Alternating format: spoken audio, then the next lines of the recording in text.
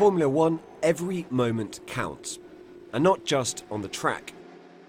Back in its headquarters in Woking, McLaren Honda is turning to 3D printing to try and close the gap with the teams setting the F1 pace. 3D printing. That might ring a bell. Not long ago, it was one of the most hyped technologies around. Too often, though, it ended up just a gimmick.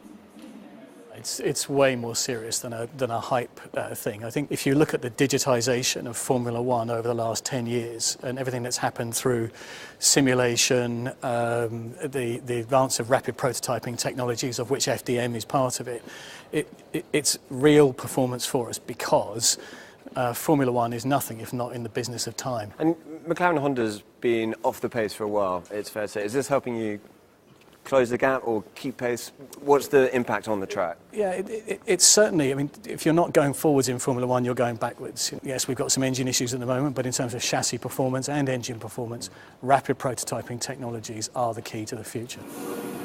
3D printing fuses the digital and physical worlds, atoms and bits. Digital files are turned into physical objects by layering plastic upon plastic, much quicker than traditional methods. This is the lab. That means ideas can be turned into parts in days. Here we have an array of our printers, 6 in total.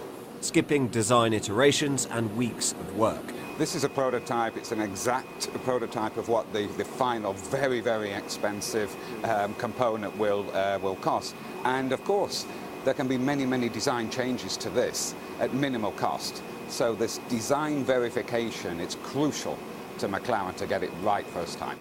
Real parts on the car are being made too.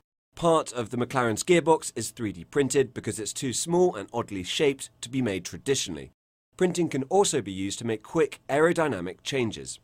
This printer will go trackside at the Bahrain Grand Prix. 3D printing was going to take over the world. We'd have 3D printers in our home, printing shoes, bacon sandwiches, whatever. Thing is, not many of us need things like this in our home. 3D printing hasn't gone away, it's thrived in those industries which are high performance and high demand. Bit by bit, 3D printing is making its mark. Again. Tom Cheshire, Sky Sports in Woking.